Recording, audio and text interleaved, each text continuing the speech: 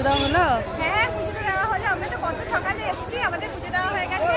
আর এই যে মায়ের মন্দির, ধর্মযাত্রার পরমা সবাই কেমন লাগলো বলো, কেমন ভিড় আজকে বলো? ভীষণ ভিড়, কিন্তু আমাদের ভীষণ ভালো লেগেছে, ভীষণ সুন্দরভাবে দেওয়া হয়েছে। অনেক দিনের একটা ইচ্ছা আমার পূরণ হয়েছে, সেটা অবশ্যই আমার রূপার জন্য। রূপাকে বলাতে এক কথায় বলে না, আমি একদম না। যাবো। ওটা মায়ের জন্য।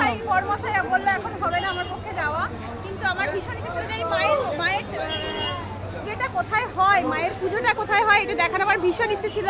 তো সেই স্বপ্নটা আমার আজকে পূরণ হয়েছে। আমি ভীষণ হ্যাপি। মা সবাইকে ভালো রাখুক, সুস্থ রাখুক, সবাই খুব ভালো থাকুক।